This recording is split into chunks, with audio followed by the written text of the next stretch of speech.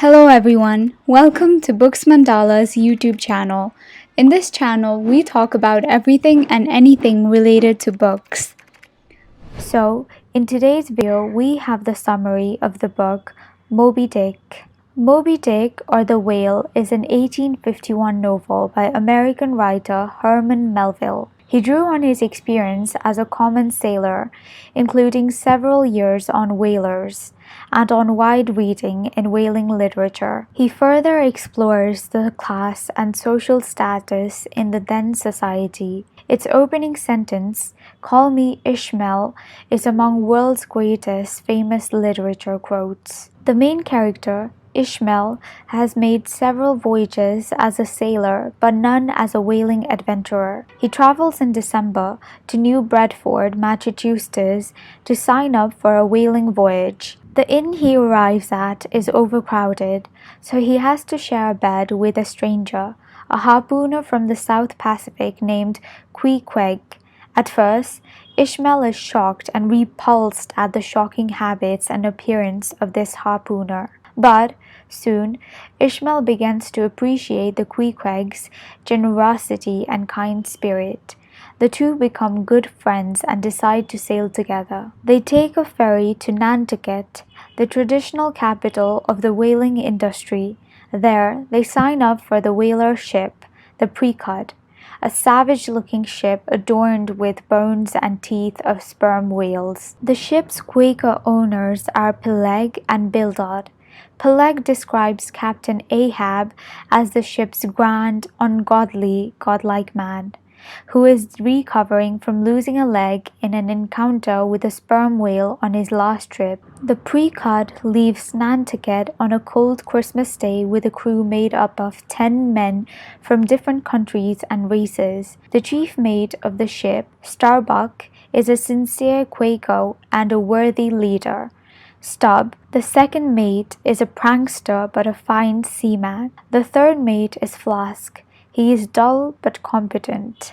The ship is sailing in warmer waters when Ahab finally appears on the deck. The sight of him sends shiver over Ishmael. Ahab is leaning on his false leg. A white scar reportedly from a thunderbolt runs down his face and, apparently, the length of his body. In a rousing speech, Ahab announces his single purpose for the voyage: to pursue and kill Moby Dick, the legendary great white whale with a snow-white head who took his leg. He sees this whale as the embodiment of evil. Ahab nails a golden doubloon to the mast and declares it as a prize for whoever sights the whale first. Ahab has also secretly brought along his own boat crew, led by an ancient Asian man named Fedallah, who seems to have an unusual influence over Ahab. Ahab hopes that the men's skills and Fedallah's prophetic abilities will help him in his hunt for Moby Dick.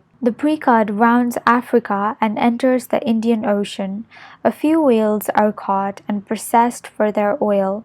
Every once in a while, the ship meets other whaling vessels, and each time Ahab inquires the captains of Moby Dick. In one of the ships, there is a crazy prophet, Gabriel abroad, who predicts doom for anyone who threatens Moby Dick. Those who have tried to hunt the whale in Gabriel's ship have met disaster, so his predictions seem to carry some weight. Soon, the Pequod meets the Samuel Derby, a whaling ship whose skipper, Captain Boomer, has lost an arm in an encounter with Moby Dick. The two captains discuss the whale.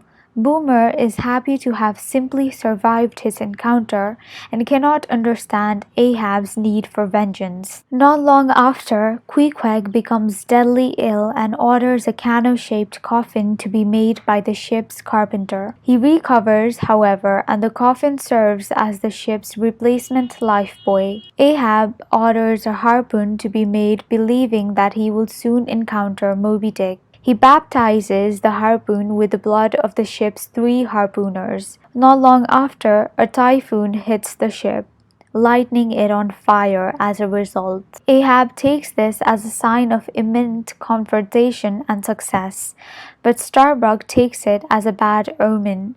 Starbuck considers killing Ahab to put an end to this mad quest. Ahab's burning desire to find and kill Moby Dick continues to grow. The Pequod approaches the equator, where Ahab expects to find Moby Dick. They encounter two whaling ships, the Rachel and the Delight, both having had a fatal encounter with the whale. At last, Ahab sees Moby Dick. The men launch the harpoon boats to hunt it, and Moby Dick attacks Ahab's harpoon boats, destroying it.